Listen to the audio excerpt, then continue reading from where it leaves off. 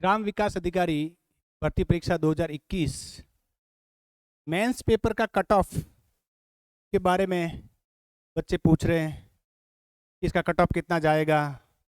अलग अलग चैनल्स पर इसका कट ऑफ अलग अलग बताया जा रहा है। ये परीक्षा 9 जुलाई को हुई थी, जिसमें पद कितने थे? पहले 3896 पद थे, फिर 1500 पद बढ़ाए गए और अभी वर्तमान में 5396 पद हुए। इन पदों पर भर्ती हुई थी, टोटल एग्ज़ाम हुआ था। तो अब इसमें प्री पास करने वाले कितने थे? 1,75,780 के आसपास थे, लगभग इतने थे। इससे 2-4 कम हो सकते हैं, लगभग ये प्री पास करने वाले थे। और मुख्य परीक्षा में कितने हैं बच्चे बैठे? 1,61,000 के आसपास बच्चे बैठे। अब कट ऑफ का जो निर्धारण है वो बहुत सारे कट ऑफ का निर्धारण में बहुत सारे फैक्टर काम करते हैं, बहुत सारे फैक्टर काम करते हैं। जहाँ तक इस वीडियो के पेपर की बात है, वीडियो के पेपर में अगर देखा होगा आपने, सब्जेक्ट बहुत ज़्यादा थे, बहुत ज़्यादा विषय थे इसमें, यानी गणित, हिंदी, अंग्रेजी, राजस्थान जीके कंप्लीट था, भारत का जीके भी था उसमें, इसके अलावा वर्ल्ड जियोग्राफी था, वर्ल्ड कॉन्टिनेंट वगैरह जियोग्राफी था, इंग्लिश थी, साइंस थी। तो जब किसी एग्ज़ाम में, किसी भर्ती परीक्षा के विषयों में वैरायटी ज़्यादा होती है, वैरायटी ज़्यादा का मतलब बहुत ज़्यादा सब्जेक्ट होते हैं, तो उसका कटअप हमेशा नीचा जाता है। और एक ही विषय हो या 1-2 या 2-3 विषय हो तो उसका कट ऑफ है थोड़ा ऊपर जाता है, क्योंकि इसमें वैरायटी ज़्यादा हो गई। हर 15-20 क्वेश्चन के बाद सब्जेक्ट चेंज हो रहा है, कभी 10 क्वेश्चन के बाद सब्जेक्ट चेंज हो जाए। जैसे साइंस के 10 के आसपास क्वेश्चन थे, इंग्लिश के 10 के आसपास के क्वेश्चन थे, तो माइंड सेटअप है वो थोड़ा थोड़ा चेंज होता जा रहा था हर 10-15 क्वेश्चन के बाद। तो उससे क्या होगा कि गलती होने की संभावना ज़्यादा रहती है, गलती होने की संभावना क्या होती है? ज़्यादा होती है। फिर डिपेंड करता है कि प्रश्न कितने हैं। इसमें प्रश्न ज़्यादा थे। जब जिस विषय में प्रश्नों की संख्या जितनी अधिक होगी वहाँ गलत होने की संभावना उतनी ही ज़्यादा होगी। अगर 100 प्रश्न हैं तो 100 प्रश्न में से किसी बच्चे ने 80 प्रश्न मान लो हल किए हैं और उसके 10 के आसपास गलत हो रहे हैं या 15 गलत हो रहे हैं। यही अगर बच्चा 160 क्वेश्चन है और 160 में से 130, 140 कर रहा है, तो वहाँ गलत होने की संभावना 30 से 35 तक पहुँच जाती है। इससे ज़्यादा होंगे, इससे ज़्यादा होंगे। तो अब देखते हैं कट ऑफ है।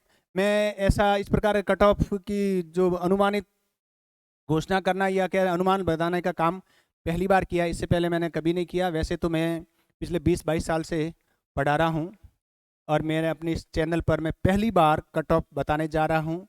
देखते हैं, लगभग अनुमानित हैं कि यही कट ऑफ रहने की संभावना है, कम ज़्यादा हो सकता है, लेकिन जहाँ तक मैंने अभी उसका पूरा एनालिसिस किया है, बच्चों के कॉल्स आए हैं मेरे पास, जो मेरे पास पढ़ते हैं बच्चे, उनको देखा है, तो उसके अनुसार मेरा जो कट ऑफ का जो अनुमान है वो ये रहने का अनुमान है। जैसे सामान्य है, सामान्य सामान्य जो पुरुष हैं, अगर वो 103 से 108 के बीच में उसके प्रश्न हल हो रहे हैं, सही हल हो रहे हैं, तो उसके वो सिलेक्शन होने की उसकी संभावना है। यानी 103 को गुणा किससे करना है? 1.25 से करना है।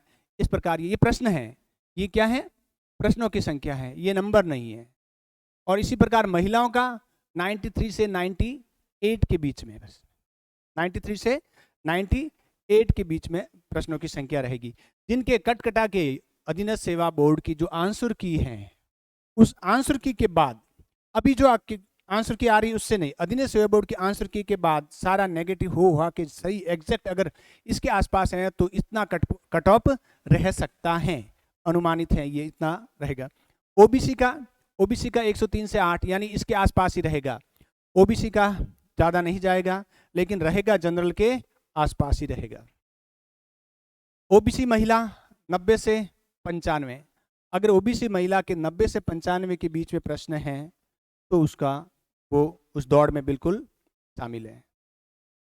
इसी प्रकार ईडब्ल्यूएस का 100 से 105 के बीच में, जो जनरल पिछड़े हैं उनके लिए कितना, 100 से 105, और महिलाओं के लिए 88 से लेकर 92 तक। हो सकता है 93 जाए, हो सकता है 87 जाए, हो सकता है एक दो क्वेश्चन का या एक दो नंबर का ऊपर नीचे हो सकता है, लेकिन अगर ये इसके आसपास रहने का अनुमान है।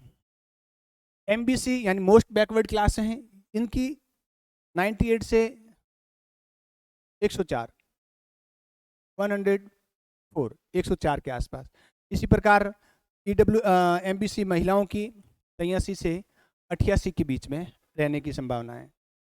ठीक, एससी की 85 से 92, एससी पुरुष की 85 से 92 रहने का है। एससी महिलाएं 78 से 85 के बीच में। ये हो सकता है, इससे एक कम हो सकता है, इससे एक ज़्यादा हो सकता है, लेकिन रहेगी इनके आसपास ही। एसटी की 80 से 90, 80 से 90, और महिलाओं की 65 से 75। ये कट ऑफ उस स्थिति में रह सकती है जब ऐसा माने कि पेपर बिल्कुल फेयर हुआ है। अब कुछ अफवाहें फैला रहे हैं कि पेपर आउट हुआ है, किसी एक ही किताब से आए हैं, किसी एक ही ऐप से प्रश्न आए हैं, कि पेपर के कुछ क्वेश्चन हैं वो पहले से एग्जाम से बाहर आ गए थे।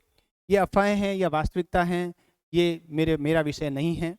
ठीक है, अगर पेपर फेयर हुआ है तो कट ऑफ इसके आसपास रहेगा।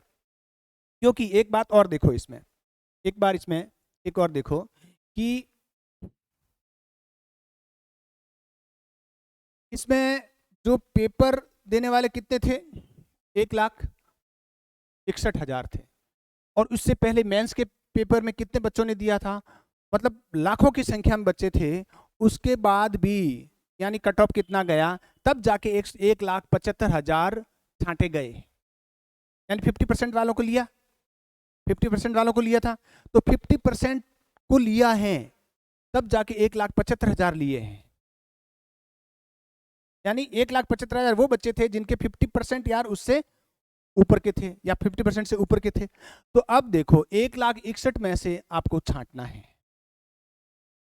1,61,000 में से कितने छांटने हैं, 5396 छापने हैं, छांटने हैं। ठीक है, अब ये इतने तो लेंगे, लेकिन जब पहली बार इसका कट ऑफ निकलेगा, का जब रिजल्ट आएगा, तो उस समय क्या होगा, एक पद पर 2 को आमंत्रित करेंगे। ये एक पद पर 2, जो डॉक्यूमेंट वेरिफिकेशन होगा वो एक पद पर 2 का होगा, एक पद पर 2 का होगा, और लास्ट में फिर कुछ ज्वाइन करेंगे, कुछ ज्वाइन नहीं करेंगे, जो नहीं करने वाले कहीं और जगह लग चुके हैं या कहीं और सिलेक्शन हो गया है, तो उस करके ये मेरिट है थोड़ी सी और ऊपर नीचे हो सकती है। ठीक है, तो ये कट ऑफ रहने का अनुमान है, बाकी तो अब रिजल्ट आने के बाद पता चलेगा। ठीक है।